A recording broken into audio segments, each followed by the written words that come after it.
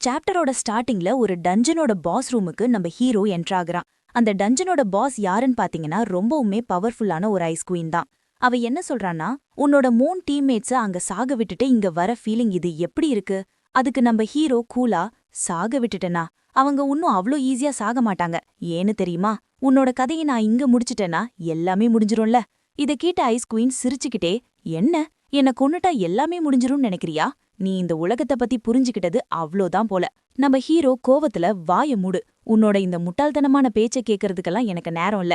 உன்னோட கதையை இங்க முடிச்சிட்டு அதோட இதை எல்லாத்தையும் நான் முடிவுக்கு கொண்டு வர போறேன். அடுத்த செகண்டே நம்ம ஹீரோவும் ஐஸ் குவீனும் ஸ்வாட வச்சு மோதிக்கிறாங்க. அப்புறம் 2 பேரும் ஒருத்தர் மாத்தி மாத்தி ஸ்வாட வச்சு அட்டாக் பண்றதும் பிளாக் பண்றதுமா போயிட்டு இருக்கு. நம்ம ஹீரோ அவனோட டார்க் எனர்ஜியை கேதர் பண்ணி ஒரு பயங்கரமான ஒரு அட்டாக்க பண்றான். அவளும் அந்த அட்டாக்க பிளாக் பண்ணதுல பயங்கரமான ஷாக் வேவ் கிரியேட் ஆகுது. அடுத்ததா அவளும் அவளோட கையில ஐஸ் எனர்ஜிய கேதர் பண்ணி ஒரு பீம் மாதிரியான அட்டாக்க பண்றா. நம்ம ஹீரோ அதிலிருந்து ஜஸ்ட் மிஸ்ல டாட்ச் பண்றான். அதுக்கப்புறம் அவங்க 2 பேரும் அவங்களோட ஃபுல் பவரை யூஸ் பண்ணி லைட் ஸ்பீட்ல சண்டை போடுறாங்க. இறுதியா நம்ம ஹீரோ அந்த ஐஸ் குவீனுக்கு ஒரு பயங்கரமான அட்டாக்க பண்ணிட்டு அமைதியா நிக்கிறான். அப்ப அந்த ஐஸ் குவீன், இது உண்மையிலே நல்ல ஃபன்னா இருந்துச்சு நம்ம ஹீரோ, ஆனா நான் அப்படி சொல்ல மாட்டேன்னு சொல்லி முடிக்கிறதுக்குள்ள நம்ம ஹீரோவோட நெஞ்சிலேயே ஒரு பயங்கரமான ஃபிளாஷ் ஏற்படுது. நம்ம ஹீரோ இங்க என்ன நடக்குதுன்னு ரியாக்ட் பண்றதுக்கு கூட டைம் கிடைக்கல. அப்போ சிஸ்டம் விண்டோ ஓபன் ஆகி நீங்க ஃப்ராஸ்ட் குவீனோட பவரை அப்சர்வ் பண்றீங்கன்னு நோட்டிஃபிகேஷன் வருது. அது மட்டும் இல்லாம நீங்க ஃப்ராஸ்ட் குவீனோட நியூக்ளியஸ ஃபுல்லா அப்சர்வ் பண்ணி முடிக்கிற வரைக்கும் உங்களோட பாடி ஹைபர்னேஷன்ல தான் இருக்கும்னு நோட்டிஃபிகேஷன் வருது. நம்ம ஹீரோ என்னன்னு ஷாக் ஆயிட்டே ஃபிளாஷ்பேக்ல நடந்ததை யோசிச்சு பாக்குறான். 4 நாளைக்கு முன்னாடி அண்டார்டிகாவுல தான் இந்த ஃப்ராஸ்ட் குவீனோட நெஸ்ட், அதாவது ஃபைனல் டஞ்சன் லொகேட் ஆயிருக்கு. அங்க ஒருத்தன் செவுத்துலயே பஞ்ச் பண்ணிட்டே, இவனிங்க என்ன விளையாடுறானுங்களா, நம்ம இவ்ளோ தூரம் கஷ்டப்பட்டு வந்தோம், அப்படின்னா நம்மள மீடி இருக்க எல்லாரும் சாகணுமான்னு செம்ம கடுப்புலயே நிக்கிறான். கைஸ், என்ன ஆச்சுன்னு பாத்தீங்கன்னா அந்த டஞ்சன் பாஸ் ரூம்குள்ள ஒரே ஒரு பர்சன் மட்டும்தான் அலவுடுன்னு போட்டிருக்கு. இதனாலதான் இவன் செம்ம காண்டுல கத்திட்டு இருக்கான். அப்ப அங்க இருக்க மேஜ் பொண்ணு, அமைதியாயிரு காளி, நம்ம கிட்ட அதிகமான டைம் கிடையாது, நாம இப்ப ரொம்ப கவனமா முடிவெடுத்தாகணும். நான் என்ன சஜஷன் பண்றேன்னா, ஸ்பெக்டர் தான் இதுக்கு கரெக்டா இருப்பான். அவனால மட்டும்தான் இத பண்ண முடியும். அதுக்கு கௌபாய் ட்ரெஸ் போட்டிருக்கவன், நானும் இதுக்கு அக்ரி பண்றேன்.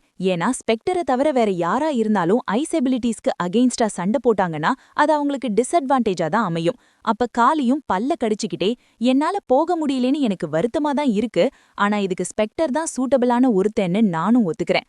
காளி இதை இவ்ளோ சீக்கிரம் ஒத்துக்கிட்டதால நம்ம எல்லாருமே ஒரே மாதிரி தான் யோசிக்கிறோம். நான் இத சொல்லணும்லாம் சொல்லல, ஆனா ஸ்பெக்டர் போனாதான் நல்லதுன்னு நான் நினைக்கிறேன்.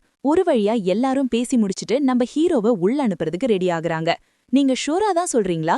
நீங்க இதுக்காக ரிக்ரெட் பண்ணலையே? ரிக்ரெட்டா? அப்படிலாம் ஒண்ணும் கிடையாது. என்ன, நீ மட்டும் ஐஸ் குவீன்ட தோத்து போயிட்டனா நம்ம எல்லாருமே மீனிங்லெஸ்ஸான ஒரு டெத்தை சந்திப்போம். ஆனா நாங்க எல்லாருமே உன்னால பண்ண முடியும்னு நம்புறோம். எனக்கு தெரியும் நீ எங்களோட டெத்தை வேஸ்டா போக விட மாட்டேன்னு. என்ன கரெக்டா? இவங்க சொன்னது எல்லாத்தையும் யோசிச்சு பார்த்துட்டு நம்ம ஹீரோ, சாரி கைஸ், என்ன மன்னிச்சிடுங்க. அப்படியே கட் பண்ணி 25 வருஷம் கழிச்சு ஒரு மியூசியம காமிக்கிறாங்க. மனித குலத்தால கையாள முடியாத அளவுக்கான மான்ஸ்டர்ஸ் அப்பியர் ஆச்சுங்க. அதுலயும் ரொம்ப பவர்ஃபுல்லான ஒரு மான்ஸ்டர்னா அது ஃப்ராஸ்ட் குயின் தான். அவளோட சிங்கிள் ஹேண்ட் பவரை வச்சே ஒட்டுமொத்த பசிபிக் ஓஷனையே உறைய வைக்க முடியும். அவளை பார்த்து உலகத்துல இருக்கிற எல்லாருமே பயந்து நடுங்கினாங்க. ஆனா அதுல ஒரு 5 பேர் மட்டும் நம்பிக்கையோட அவளை எதிர்த்து சண்டை போட்டாங்க. அவங்களதான் அப்போ ஒரு குட்டி பையன் அவங்களதான் நெஸ்ட் அட்டாக் டீம்னு கூப்பிடுவாங்க. அந்த ஸ்டோரிய சொல்லிக்கிட்டு இருந்த பொண்ணும், ஆமா அது ரைட் தான், நீ ரொம்ப சின்ன பையனா இருந்தாலும் நீ ஸ்மார்ட்டா தான் இருக்க. அந்த லெஜெண்டரி பிளேயர்ஸ் தான் வரலாற்றிலேயே கிரேட்டஸ்ட் அச்சீவ்மெண்ட்ட பண்ணாங்க. அவங்கள எல்லாரும் 5 ஹீரோஸ்னு கூப்பிட்டாங்க. அந்த 5 ஹீரோஸ்க்கும் உங்களோட ரெஸ்பெக்ட கொடுங்க. ஏன்னா அந்த 5 ஹீரோஸும் ஃப்ராஸ்ட் குயினை டிஃபீட் பண்ணதுனால தான் எர்த்ல பல இடத்துல சேஃப் ஜோன் உருவாக ஆரம்பிச்சது. அதனாலதான் இப்ப நாம இங்க சேஃபா வாழ்றோம். அந்த நேரத்துல குட்டி பையன் திடீர்னு அந்த ஐஸ் ஸ்டாச்சு மூவ் ஆச்சுன்னு கத்துறான். இந்த ஸ்டோரிய சொல்லிக்கிட்டு இருந்த பொண்ணும், சாரி குட்டி பையா, அதுக்கெல்லாம் வாய்ப்பே கிடையாது. இந்த ஸ்பெஷல் வால் கிளாஸ்குள்ள இருக்கிற ஏரியா டே அண்ட் நைட்டா டெம்பரேச்சரை மெயின்டைன் பண்ணும். அதனால ஐஸ் ஸ்டாச்சுக்கு எந்தவித பாதிப்பும் ஏற்படாது. அப்புறம் அவ ஒரு செகண்ட் பின்னாடி திரும்பி பார்த்துட்டு, இத்தனை காலமா இது இப்படியே தான் இருக்கு, இதுக்கு மேலேயும் ஏதாச்சும் நடக்கிறதுக்கு எந்த சான்சஸும் இல்ல. அப்ப அந்த ஃப்ராசன் ஸ்டேட்ல இருந்த நம்ம ஹீரோ திடீர்னு ஐஸையும் அந்த கிளாஸையும் உடைச்சுக்கிட்டு வந்து வெளியே விழுறான். அப்ப சிஸ்டம் விண்டோ ஓபன் ஆகி, கங்க்ராச்சுலேஷன்ஸ், நீங்க ஃப்ராஸ்ட் குயினோட நியூக்ளியஸ 100% அப்சர்வ் பண்ணிட்டீங்க. அதனால உங்களுக்கு new skill frost exam unlock ஆகுது. நம்ம ஹீரோ என்னன்னு ஷாக் ஆகுறான். அப்ப அங்க இருந்த எக்ஸிகியூட்டிவ்ஸ் எல்லாம் பதறி போய் இங்க என்னதான் நடக்குதுன்னு ஓடி வராங்க. அப்படியே கட் பண்ணி நம்ம ஹீரோவை ஹாஸ்பிடல்ல காமிக்கிறாங்க. அங்க நம்ம ஹீரோ திரும்பி வந்தத பத்தி தான் நியூஸ் மீடியான்னு எல்லாத்துலயும் பேசிட்டு இருக்காங்க. நான் ரொம்ப நாளா ஃப்ரீஸ் ஆகி இருந்ததால என்னோட ஒட்டுமொத்த பாடியுமே வீக்கா இருக்கு. அது மட்டும் இல்லாம என்னோட கை ஷேக் ஆகுது. அந்த நேரத்துல டாக்டர் வந்து உங்கள பாக்குறதுக்காக அசோசியேஷன் பிரசிடென்ட் வராரு. நம்ம ஹீரோ எனக்கு தெரிஞ்ச ஆளா இருந்தா நல்லா இருக்கும். ஆனா எனக்கு சொல்லிக்கிறதுக்குன்னு க்ளோஸ் ஃப்ரெண்ட்ஸ் யாரும் இல்ல, அந்த 4 பேரை தவிர. சரி மீட் பண்ணதும் யாருன்னு தெரிஞ்சிரும். சரி எப்படி இருந்தாலும் இந்த உலகம் ரொம்பவுமே மாறி போச்சு. நானும் என்னோட காம்ரேட்ஸும் ஒரு காலத்துல இதத்தான் ஆசைப்பட்டோம். ஆனா நான் இப்ப என்ன பண்றது? எனக்கு தெரிஞ்ச ஒரே ஒரு விஷயம்னா அது ஃபைட் பண்றது மட்டும்தான். இப்போ நான் வேலையில்லாத ஒரு வெட்டி பயலா வேற மாறிட்டேன்னு நினைச்சிட்டு சரி எப்படி இருந்தாலும் பரவாயில்ல, இனிமேல் இந்த மாஸ்க் எனக்கு தேவைப்படாதுன்னு நம்ம ஹீரோ அந்த மாஸ்க கழட்டுறான். அப்ப அங்க இருக்கிற டாக்டர்ஸ் பதறி போய் எதுக்காக இப்போ உங்களோட மாஸ்க கழட்டுனீங்கன்னு கேக்குறான். நம்ம ஹீரோ அதுக்கு காரணம் ரொம்ப சிம்பிள் தான். இப்பதான் இந்த உலகம் அமைதியான வேர்ல்டா மாறிடுச்சே, அதனால இப்ப இந்த உலகத்துக்கு ஹீரோஸ் தேவைப்பட மாட்டாங்க இல்லையா? அப்ப அங்க இருக்கிற டாக்டர் தடுமாறிக்கிட்டே அது வந்துன்னு இழுத்துக்கிட்டே இருக்கான். நம்ம ஹீரோ ஏன் என்ன ஆச்சு, ஏதாச்சும் தப்பா சொல்லிட்டேனா? அந்த நேரத்துல ஒருத்தன் உள்ள வந்து ஒரு நிமிஷம் நான் இதை பெப்ளைன் பண்றேன்னு. அவனை பார்த்துட்டு நம்ம ஹீரோ ஷாக் ஆகிட்டு நீ டியூக் தானே? அதுக்கு அவனும் இருமிக்கிட்டு டாக்டர் கிட்ட நாங்க அவர் கூட கொஞ்சம் தனியா பேசணும். அப்புறம் அவன் நம்ம ஹீரோவை ஜின்ஹோ நீ ரொம்ப கூட மாறவே இல்ல. நம்ம ஹீரோவும் இந்த வாய்ஸ் இது உண்மையிலேயே டியூக் நீதானே? நான் தான் சொன்னல உனக்கு பேட்டர்ன்ல வழுக்க விழோன்னு நம்ம ஹீரோ கலாய்க்கிறான். அதுக்கு டியூக் மனசுல இத்தனை வருஷம் கழிச்சு சந்திச்சும் இவன் இன்னமும் என்ன கலாய்ச்சிக்கிட்டு தான் இருக்கான். என் புத்தியை தான் செருப்பாலே அடிக்கணும். இவன்கிட்ட போய் ஒரு எமோஷனலான டச்சிங்கான ஒரு ரீயூனியனை எதிர்பார்த்தது என்னோட தப்புதான். நம்ம ஹீரோ ஆமா 25 வருஷம் ஆகியும் இந்த ஷேப் வழுக்கைக்கு கியூர் கண்டுபிடிக்கலையா நீ? ஆல்மோஸ்ட் முன்னாடி இருந்த மாதிரி தான் இருக்கு. ஆனா கொஞ்சமா உன்னோட அப்பீரன்ஸ் மட்டும்தான் மாறி இருக்கு.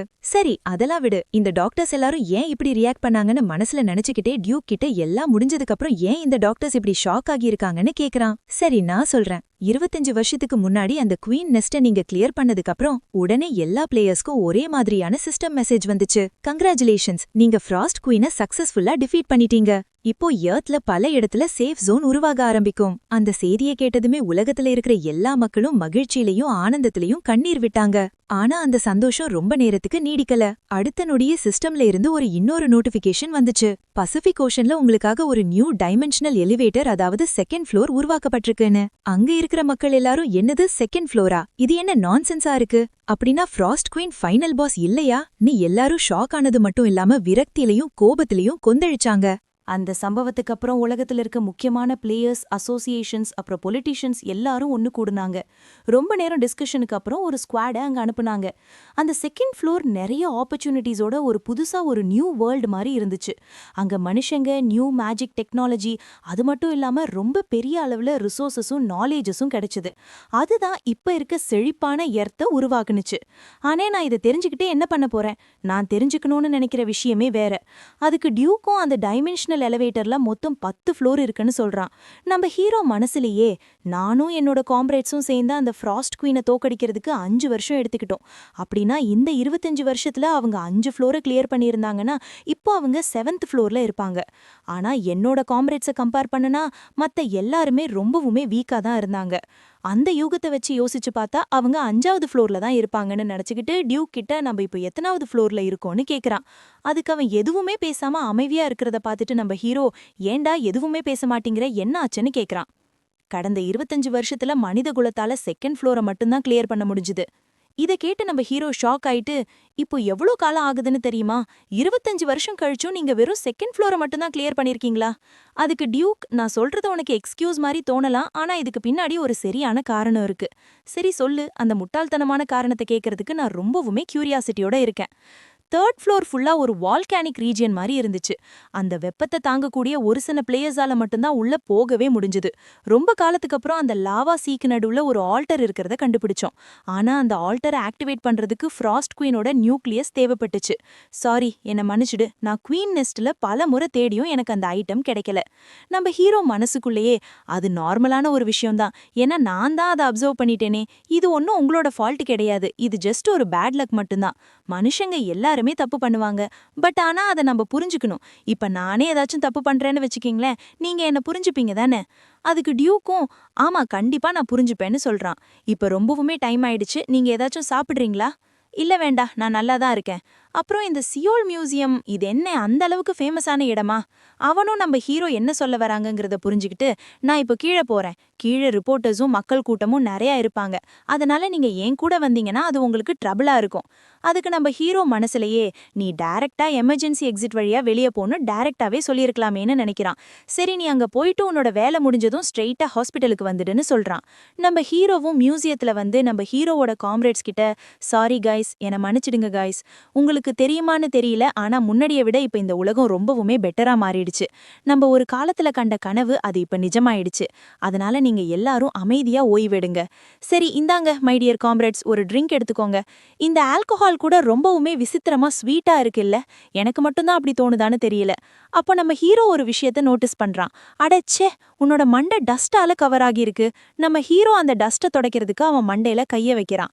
அப்போ சிஸ்டம் விண்டோ ஓபன் ஆகி உங்களோட ஃப்ராஸ்ட் ஸ்கில் ஆக்டிவேட் ஆகுது. ஆனா உங்களோட மேஜிக் ஸ்டேட்ஸ் கம்மியா இருக்கிறதுனால இந்த சீலை உங்களால ரிமூவ் பண்ண முடியாது. இத பார்த்ததுமே நம்ம ஹீரோக்கு பயங்கரமான ஷாக். அப்படின்னா இந்த சீலை பிரேக் பண்ணுனா என்னாலையும் இவங்களை திரும்பவும் உயிரோட கொண்டு வர முடியுமான்னு அதிர்ச்சி ஆகுறான் நம்ம ஹீரோ. உடனே ஸ்டேட்டஸ் விண்டோவை ஓபன் பண்ணி பார்த்தா நம்ம ஹீரோவோட மேஜிக் ஸ்டேட்ஸ் வெறும் 18 தான் இருக்கு. இத பார்த்த நம்ம ஹீரோ இன்னமும் ஷாக் ஆகுறான். ஆனா இது பாசிபிள்ங்கிறதே ஒரு பெரிய விஷயம்தான்.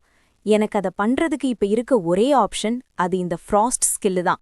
ஆனா இப்போ எனக்கு ப்ராப்ளமே இந்த மேஜிக் பவர் கம்மியா இருக்கிறது தான். அப்புறம் ஸ்டேட்டஸ் விண்டோவை செக் பண்ணிட்டு இருக்கும் பொழுது இது ஃப்ராஸ்ட் குவீனை கொன்னதுக்கு அப்புறம் கிடைச்சது தானான்னு பாக்குறான். என்ன போட்டிருக்குன்னா, நீங்க ஃப்ராஸ்ட் குவீனை தோக்கடிச்சதுனால அவளோட ஸ்டாமினாவும் மேஜிக்கும் உங்களுக்கு 500% ஸ்பீடா ரெக்கவர் ஆகும். அது மட்டும் இல்லாம நீங்க ஒவ்வொரு ஃப்ளோரா கிளியர் பண்ண உங்களோட எல்லா ஸ்டாட்ஸும் 30 பாயிண்ட் பிளஸ் ஆகும். நம்ம ஹீரோ இந்த எஃபெக்ட பார்த்து ஷாக் ஆயிட்டு, அப்படின்னா நான் ஃப்ளோர்ஸ்ல மேல போக போக என்னோட ஒரிஜினல் பவருக்கு வர முடியும்னு நினைச்சேன். ஆனா இப்போ என்னால முன்ன விட ஸ்ட்ராங்கா மாற முடியுங்கிறது மட்டும் இல்லாம அந்த ஐஸ் குவீனோட பவரையும் எனக்கு சொந்தமாக்கிக்க முடியும். அதோட என்னோட காம்ரேட்ஸையும் என்னால சேவ் பண்ண முடியும். கொஞ்ச நேரம் மட்டும் வெயிட் பண்ணுங்க காம்ரேட்ஸ். கண்டிப்பா நான் உங்களை இதிலிருந்து வெளியே கூட்டிட்டு வருவேன். இதோட சாப்டர் 2 முடியுது கைஸ். நெக்ஸ்ட் வீடியோல பார்க்கலாம்.